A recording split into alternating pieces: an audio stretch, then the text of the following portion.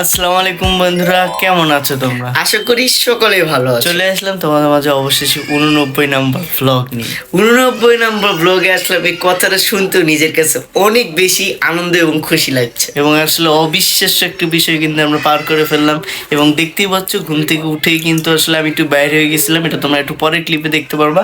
একটু টুকটাক সবজি টবজি কিনতে গেছিলাম, পুঁই শাক, করলা।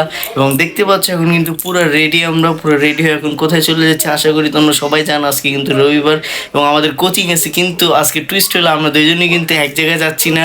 ওই যাবে কোচিং এবং আমি যাবো আমার মামির ওদিকে হসপিটাল ভর্তি, সেখানে একটু আম্মু স্যুপ করছে, তারপরে যে তোমার যাও করছে, এরপরে কি দিছে জুস টুস, এগুলো সব একটু দিয়ে আসতে হবে। তো চলো যাই, সেখানে যাই আমি দিয়ে আসবো এবং মিশি যাবে কোচিংয়ে, যেয়ে দেখো ক্লাসের কি হবে। চলো তাড়াতাড়ি চলে। চলো। সো যেমনটা দেখতে পাচ্ছ, ঘুম থেকে উঠে কিন্তু সর্বপ্রথমে কিন্তু চলে যাচ্ছি একটু হালকা পাতলা বাজার সদাই করতে, পুঁইশাক টুইশাক আনবো। তাই তো চলো, নাস্তা করে নিয়েছি, করে দেখো ফ্রেশন আপ না হয়েও কিন্তু যা ছিল চুলটা আস্তে আস্তে যেমন তেমন করে চলে যাচ্ছি। চলো যে পুঁইশাক করলা কি কি পেয়ে তা কিন্তু নিয়ে এসি, চলো।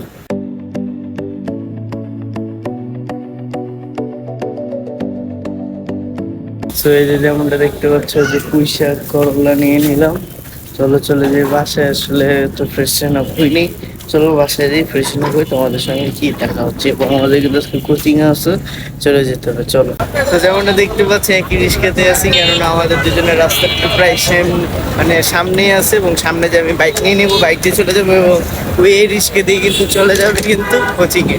চলো তাড়াতাড়ি চলে যাই, যে যার মতো আমরা চলে যাই। আমি চলে যাবো হসপিটাল উদ্দেশ্যে এবং ও চলে যাবে কোচিং এর উদ্দেশ্যে। চলো তাড়াতাড়ি চলো।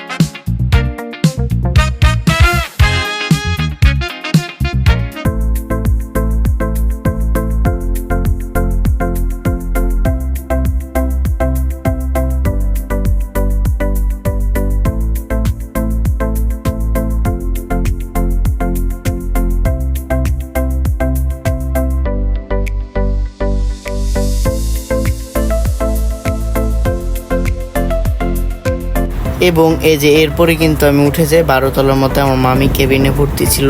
এবং যেয়ে দেখতে পেলাম এত সুন্দর একটি দৃশ্য, এবং দেখতে পাচ্ছ এক্সপ্রেসওয়ের একটি ব্রিজ তৈরি করা হচ্ছে এবং এখানে কিন্তু প্রায় কাজ শেষ। এবং এই জায়গার দৃশ্যটা আসলে এতটাই ভালো, এবং কি বলবো, প্রায় 1 ঘন্টার মতো সেখানে থাকার পর কিন্তু আমি সেখান থেকে বের হয়ে যাই। এবং এই যে দেখতে পাচ্ছ লিফট দিয়ে নেমে যাই, নেমে যাওয়ার পর কিন্তু এই যে হসপিটালের গেট দিয়ে কিন্তু সামনে দেখতে পাওয়া যে বের হয়ে যাচ্ছি। বের হয়ে যে বাইক নিয়ে রওনা দিয়ে দিলাম। এবং সামনে যে আমার সঙ্গে কি ঘটেছে সেটাই তোমরা একটু দেখো। এবং আসলে একটা মানে কি যে বলবো, সেটা সামনে তোমরা দেখলে কিন্তু সবাই বুঝেই যাবা যে কি হলো। এবং দেখতে পাচ্ছ খুব টেনে আমি চলে যাচ্ছি, কেননা বৃষ্টি আসতে পারে। এবং আমার মিশি কোচিং এসে ভাবছিলাম ওকে যে একটু পিক আপ করবো, যেহেতু বৃষ্টি আসতেছে। কিন্তু দেখো সামনে আমার সঙ্গে যে কি হলো।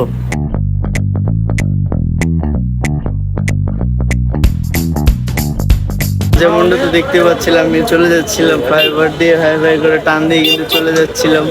পরে ফ্লাইওভার থেকে নামলাম, আমার মতো মোড়ে সিগন্যাল ছিল, দাঁড়াইলাম কিছুক্ষণের মধ্যে দেখুন হোন্ডা স্টার্ট বন্ধ হয়ে গেছে, সব চলে গেছে। এরপরে আমার টেকনিক জানা ছিল, আব্বু শিখেছিল যে বন্ধ হয়ে গেলে কিছু না হয়, স্টার্ট না নিয়ে ধাক্কা দিলাম। দেওয়ার পর 1 মিনিটের মতো থাকলো, পর আবার 1 মিনিটও হয় নাই, 40-45 সেকেন্ড থাকলো, পর আবার বন্ধ হয়ে গেল।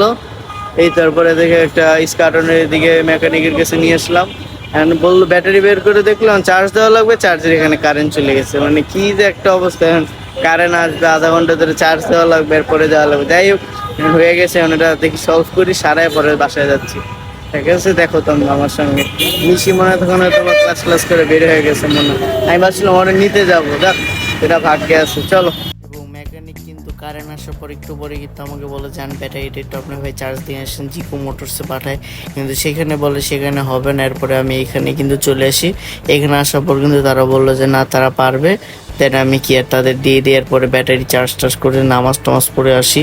এখানে দেখতে পাচ্ছ যে কাজ টাজ করা, এবং এর মাঝে কিন্তু আমি নামাজটা পড়ে নিয়েছিলাম আসরে। এবং এই যে কাজ করতে করতে বৃষ্টি চলে আসে, ভাগ্যিস সে ভাইটা অনেক কষ্টে কাজ টাজ করে দেয়, কিন্তু বৃষ্টির জন্য আমি কোনোভাবে বেরোতে পারি না, যেমনটা তোমরা দেখতেই পাচ্ছ। কিন্তু এক ফাঁক দিয়ে বৃষ্টি থামার পর আমি তাড়াতাড়ি বাসার উদ্দেশ্যে চলে আসি। তো যেমনটা কিন্তু দেখতে পেলাম, আমি কিন্তু পরে বৃষ্টিতে ভিজে ভিজে কিন্তু বাসায় চলে আসি। আসার পরে কিন্তু খাওয়া দাওয়া করে নিই। তোমরা তো দেখতেই পারলা আজকে মোস্ট অফ দ্য টাইমই তোমরা ছিলাম মৃদুলের সাথে, কেননা আমি আসলে কোচিং থেকে এসে খাওয়া দাওয়া করে রেস্ট নিচ্ছিলাম, এবং মৃদুল আসলে বাইরে যাওয়ার পর যে দেখলেই তো হোন্ডার আসলে কি মস্কারাটা করলো ওর সাথে, এবং বৃষ্টিও এসে পড়লো। আসলে ভালোই, আসলে আমিও দেখবো কালকের ব্লগে আসলে কি হলো, আমিও জানি না, তোমাদের মতো আমি অডিয়েন্সে কালকে ব্লগটা দেখবো। এবং এই তো বাসায় আসার পর কিন্তু খাওয়া দাওয়ার পর 2 ঘন্টার মতো রেস্ট নিয়ে নিলাম, এবং এখন দেখতে পাচ্ছ আবার রেডি। এবং এখন কিন্তু আবার একটু চলে যাবো আমার মামের ওদিকে, যেহেতু আব্বু আম্মু যায় না, আব্বু আম্মু যে একটু দেখবে যে কি আসে বিষয়, তাদের সঙ্গে একটু আমরাও যাবো। চলো তাড়াতাড়ি চলে যাই, কারণ একটু পর আবার ভিজিট আওয়ার অফ শেষ হয়ে যাবে। চলো চলো।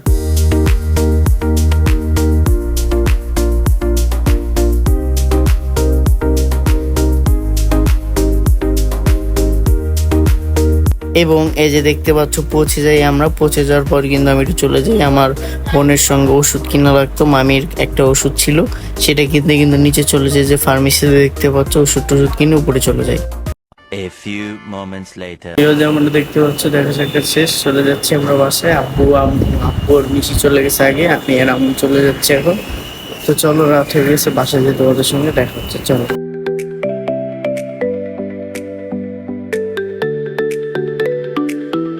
তো যেমনটা দেখতে পারলাম, আমরা কিন্তু চলে আসি বাসায়। এবং বাসায় আসার পর দেখতেই পাচ্ছ আমরা কাপড় চোপড় আমি চেঞ্জ করে ফেলছি, ওই চেঞ্জ করে নেই। কিন্তু আজকে আসলে আমরা ব্যায়ামটা করিনি, তোমরা শুনতেই পারতেছো। গত প্রায় 3টা ব্লগ আর আজকের ব্লগ আমরা প্রায় 4 দিন ধরে কিন্তু টানা আজকে পর্যন্ত ব্যায়াম করছি না, তাই দেখতেই পাচ্ছ ওই জন্য রেডি হয়ে আছে। যাই হোক, আগামী ব্লগগুলোতে ব্যায়াম করবো। বাসায় চলে আসলাম, আসার পরে কিন্তু আমরা খাওয়া দাওয়া করে ফেললাম রাতের, এবং এখন কিন্তু শোয়ার পালায় চলে এসেছে। এবং দেখতে তো পারলো আজকের ব্লগে হঠাৎ করে কি চিন্তা ছিল এবং কি হয়ে গেল, এবং আসলে চিন্তাই করিনি যে হঠাৎ করে হোন্ডাটা এরকম বিক্রয় করবে। যাই হোক, হোন্ডারও তো বয়স হচ্ছে, আস্তে আস্তে ব্যাটারিতে সমস্যা হচ্ছে, মানে মূলত আর কি ব্যাটারিতে সমস্যা ছিল। আর আমাদের বাংলাদেশে যে তেলের যে অবস্থা, তো তেলের দাম বেশি নেয়, আবার তেলের মধ্যে কি রকম যে বালু থাকে আমি দেখি, তোমাদের একটু চেষ্টা করবো না দেখানোর, মানে অয়েল যে ফিল্টারটা সেটাই পুরোটা কালো হয়ে গেছে, এত বালু। যাই হোক, সেটা চেঞ্জ করে ফেললাম, এবং দেখতে তো পারলাম এরপর আসলে মনটা মানে সারাটা দিন আর কি ওদিকে চলে গেছে, 2-2.5 ঘন্টার মতো ওদিকে চলে গেছে। এবং আসি, খাওয়া দাওয়ার পর রেস্ট নিলাম, আবার তো দেখতে পারলাম আবার হসপিটালে চলে গিয়ে। আসলে এটার কারণে আমি বের করতে পারছি, বিগত ব্লগে তোমরা দেখতেই পেরেছো আমরা গিয়েছিলাম হাজারিবাগে, এবং আমি হুন্ডা চালিয়ে গিয়েছিলাম।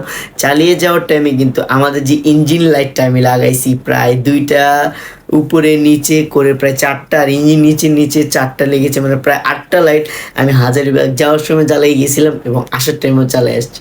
সো ওইটার কারণে আমার কাছে মানে ব্যাটারিতে একটা ইফেক্ট পড়ছে। খালি ব্যাটারি না, আবারও দেখলাম ওই যে করলাম তো অয়েল ফিল্টার, মানে ওই যে ফুয়েল ফিল্টারটা পুরো কালো হয়ে গেছে, যা তোমরা হয়তো এখন দেখতে পারতেছো। যাই হোক, দেখতে তো পারলো আজকে ভিডিওটা এই পর্যন্ত। আগামী ব্লগে তোমাদের সঙ্গে আরো ভালো কিছু করার চেষ্টা করব, এবং তোমাদের কাছে যদি কোনো আইডিয়া থাকে সেটা কিন্তু আমাদের জানিয়ে দিতে পারো। সো আজকে ভিডিওটা এই পর্যন্তই। ভালো থাকবা, সুস্থ থাকবে, এবং আমাদের জন্য দোয়া করবা। আসসালামু আলাইকুম।